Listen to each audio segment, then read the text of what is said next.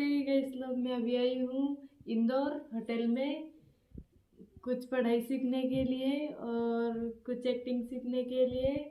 और हमारे मेश्वर से मेरी बड़ी मम्मी आई है मुझसे मिलने के लिए। खुशी हुई। आप लोगों को कैसा लगा ज़रूर कमेंट में बताएं। ओके, बाय बाय, धन्यवाद। सो नमस्कार गाइस, आप सब कैसे हो? मैं अभी आई हूँ कुछ एक्टिंग सीखने के लिए इंदौर। आपको अगले वीडियो में ज़रूर दिखाऊंगी। अभी मैं ऑलरेडी होटल में हूँ। ये मेरी कुछ फ्रेंड्स बैठी हुई है।